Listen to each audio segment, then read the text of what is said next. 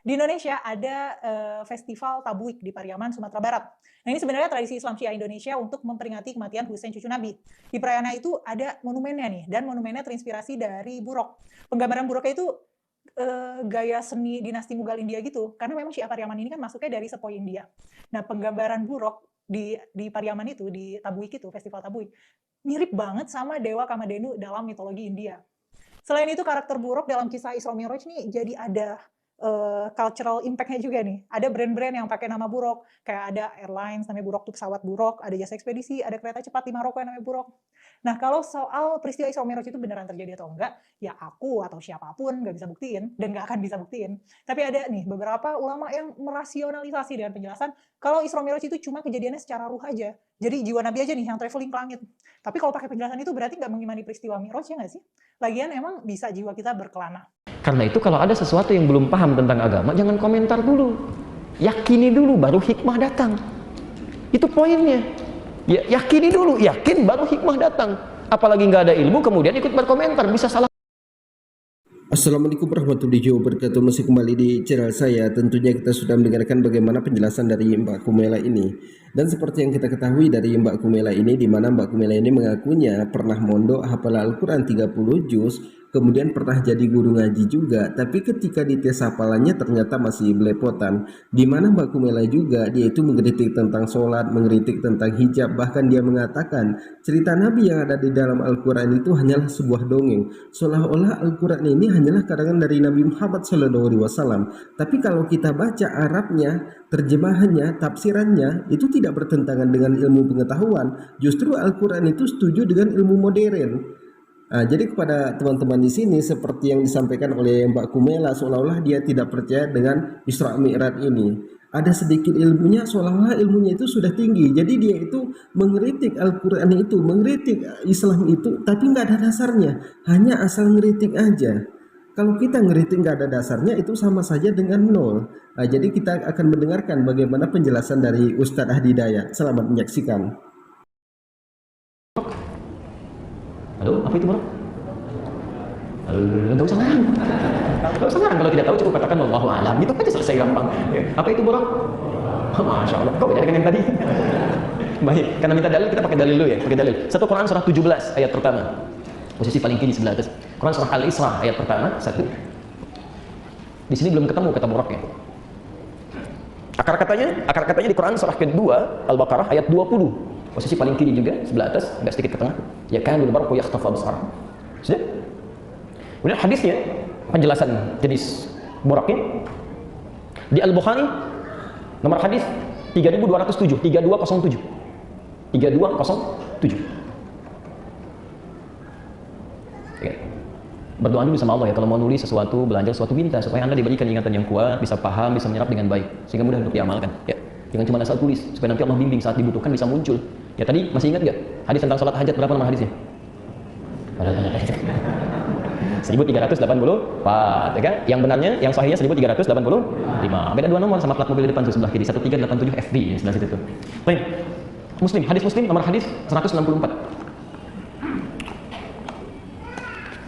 Sudah? Bismillah, kita jawab sekarang dengan dalilnya.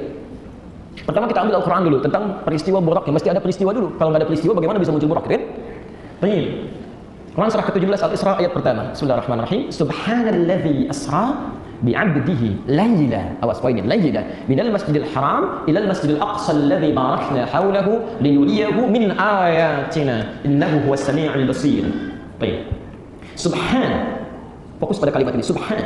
Jika Anda temukan kalimat subhan dalam bahasa Arab, terkhusus dalam Al-Quran apalagi hadis, ini artinya kalimat yang dimunculkan, dihadirkan untuk menolak anggapan yang bertentangan dengan keagungan dan sifat Allah Subhanahu wa taala. Jadi kalau ada orang-orang yang mengeluarkan kalimat yang tidak sesuai isinya dengan keagungan dan sifat Allah, maka Anda ucapkan subhanallah. Sebaliknya jika ada kalimat-kalimat yang keluar karena ada sesuatu yang menghadirkan keindahan, takjub, ya, luar biasa, itu ucapkan masya Allah. Jangan ditukar. Masya Allah, ya. Quran surah ke-18 ya, dari ayat 33 sampai 35 itu posisi paling kiri di pertengahan, ya. Walaula idh dakhalta jannataka qulta masya Allah la quwwata illa billah, ya. Kalaulah Anda masuk ke kebun Anda yang rindang, yang tumbuhannya bagus-bagus itu, ucapkan masya Allah, jangan sombong. Itu dialog antara seorang teman yang rendah hati dengan kawannya yang kaya tapi sombong. Ya, dia masuk ke kebunnya, dia katakan, nih punya saya nih kebun, kan? Dan hebat daripada kamu belum punya apa-apa, ayo usahakan seperti saya. Maka temannya meluruskan, yang terbaik ketika kamu masuk, syukuri, ucapkan Masya Allah, la quwwata illa billah. Kamu nggak bisa begitu karena Allah tidak menetapkan itu terjadi. Ya, itu yang tepat ya. Jadi kalau ada sesuatu yang bagus-bagus, yang indah, ucapkan apa?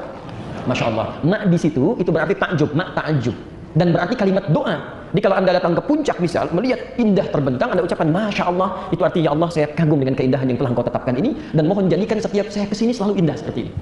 Awas jangan salah tempat ya. Bapak Ibu punya anak, sulit diatur, wah membantah terus-terusan, anaknya masih kecil kan? Apa yang diucapkan? Masya Allah, ya, sungguh indah kenakalannya. Kalau bisa teruskan ya Allah. Ya, sesuatu kadang tidak menempat di sini. Baik ya. Sebaliknya kalau subhanallah itu lain. Ada orang berkata, maaf, ada orang berkata, Allah punya anak ya. Ya, turun jawaban subhanah. Quran surah kedua ayat 116, posisi paling kiri di pertengahan.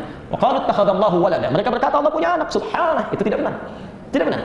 Nah, dalam peristiwa Isra ini, kenapa dimulai dengan kalimat subhanah? Karena ini peristiwa iman yang hanya bisa diyakini dengan iman kita, yang belum bisa ditangkap oleh akal. Sehingga ketika disampaikan oleh Rasulullah SAW, terjadi peristiwa itu cuma semalam. Perjalanan dari Masjidil Haram ke Masjidil Aqsa di Palestina.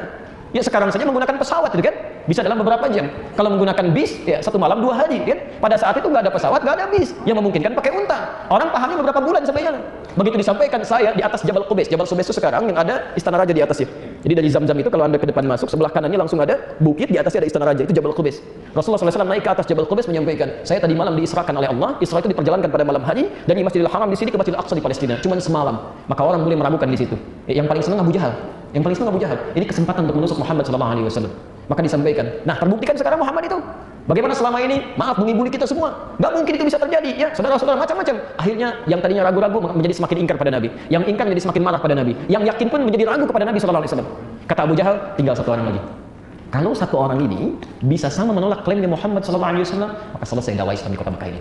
1 orang itu bernama Abu Quhafah, dikenal dengan Abu Bakar.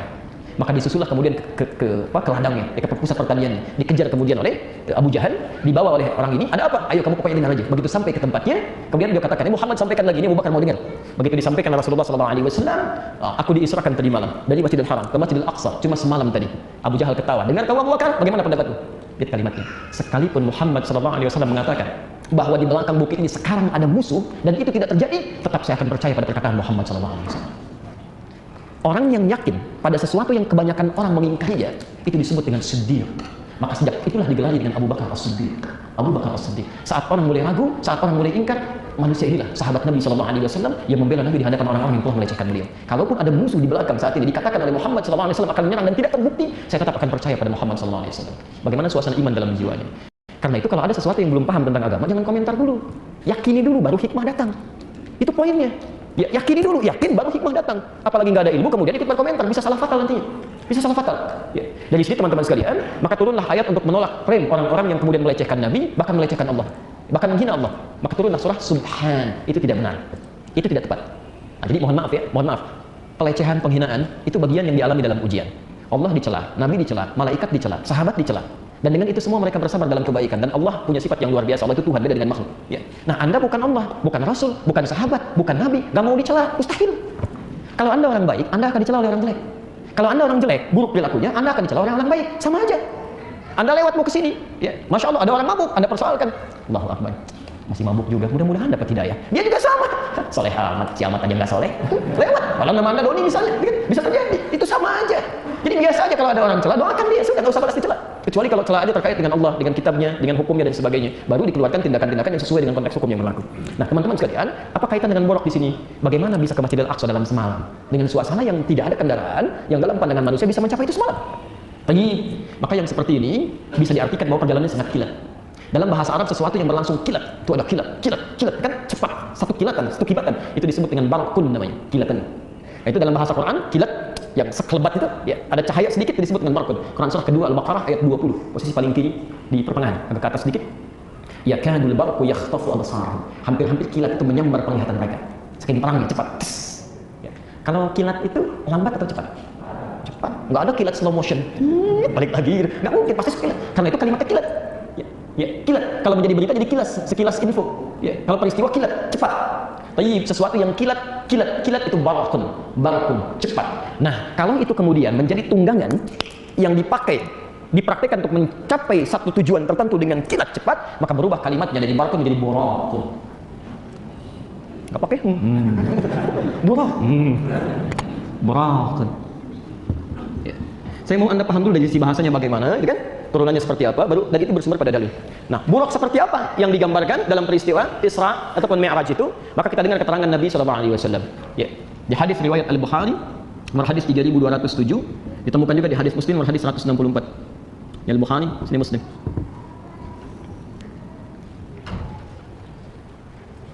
Nabi SAW menyampaikan, "Uritu bidabbatin." Saya diperlihatkan dan dipersiapkan satu hewan tunggangan. Satu hewan tunggangan. Madunal bighal, yang bukan bighal. Bighal itu campuran antara kuda dengan keledai. Ya, peranakan kuda dengan keledai. Jadi menghasilkan satu hewan yang cukup tangguh, tapi tidak terlalu perawakannya seperti kuda, tidak juga rendah seperti keledai. Ya. Madunal bighal, ya, bukan bighal, kuda paling hebat ya pada masanya. Wa fauqal himar, ya, dan yang lebih besar dibandingkan dengan keledai. Jadi tidak setinggi bighal, tidak juga serendah keledai. Disebut oleh Nabi SAW al-buraq, disebut dengan buraq. Bagaimana taunya buraq ini kalau beraktivitas? Dijelaskan di hadis Muslim nomor hadis 164. Maka dia bergerak sekelebat pandangannya. Jadi begitu melihat sampai situ. Ya, misal dari sini melihat pintu gerbang, ya begitu melihat sampai di pintu gerbang. Melihat lagi sampai ke galaksi misalnya kan, sampai ke gapura galaksi, sampai sana. Jadi disebut buraq karena kilatannya akan sampai pada tujuan hanya sebatas penglihatan saja. Jadi begitu sampai, begitu lihat sampai. Ya, itu yang disebut kan buraq. Dan itu perkara keimanan. Alhamdulillah kita sudah mendengarkan bagaimana penjelasan dari Ustadz Hadi Hidayat. Jadi buat teman-teman di sini, kalau kita lihat dari video Kumela ini, di mana hampir seluruh videonya itu membahas tentang agama Islam, 99%-nya membahas agama Islam, ujung-ujungnya menyudutkan agama Islam. Yang membuat orang tertarik pada Kumela ini adalah di mana dia ini mengaku pernah mondok, hafal Al-Quran 30 juz dan pernah jadi guru ngaji juga. Jadi kalau kita perhatikan dari Kumela ini, dia ini tidak secara langsung mengatakan dia tidak percaya. Kalau dia secara langsung mengatakan tidak percaya, orang tidak tertarik dengannya. Tapi dia ini seolah-olah percaya, seolah-olah tidak. Sehingga orang tertarik mengikuti jejak Kumela ini. Kemudian ada yang berkomentar di channel dia, Kumela ini adalah aset bangsa, ini mencerdaskan bangsa. Itu nggak usah diherankan, itu komennya dari kelompok-kelompok mereka itu, dari grup mereka itu. Jadi Kumela ini mungkin dia ini punya tujuan tertentu untuk menyudutkan agama Islam. Kalau menistakan agama Islam itu menjelek-jelekkan agama Islam. Tapi ini kan seolah-olah menjelekkan, seolah-olah enggak. Kalau dia menjelekkan secara langsung, pengikutnya enggak banyak. Hanya orang Kristen yang menjadi pengikutnya. Tapi kalau dia seolah-olah menjelekkan, seolah-olah memuji, itu orang Islam pun akan tertarik kepada Kumela ini. Hati-hati. Orang itu menyesatkan kita, orang itu dapat upah kita masuk neraka. Memang orang itu juga masuk neraka. Tapi kita itu tersesat dalam kepikiran mereka. Seolah-olah mereka itu paling hebat. Tapi ketika kita bandingkan ilmunya dengan ulama kita, itu nggak ada sedikit pun ilmunya. Dia itu hanya disuruh untuk menyudutkan agama Islam. Bagaimana caranya bisa menghancurkan agama Islam ini, bisa mengurangi pengikut agama Islam ini, supaya bendera pelangi itu atau ajaran Eropa itu masuk ke negara kita. Ini hati-hati nih. Jadi mungkin cukup sekian. Assalamualaikum warahmatullahi wabarakatuh.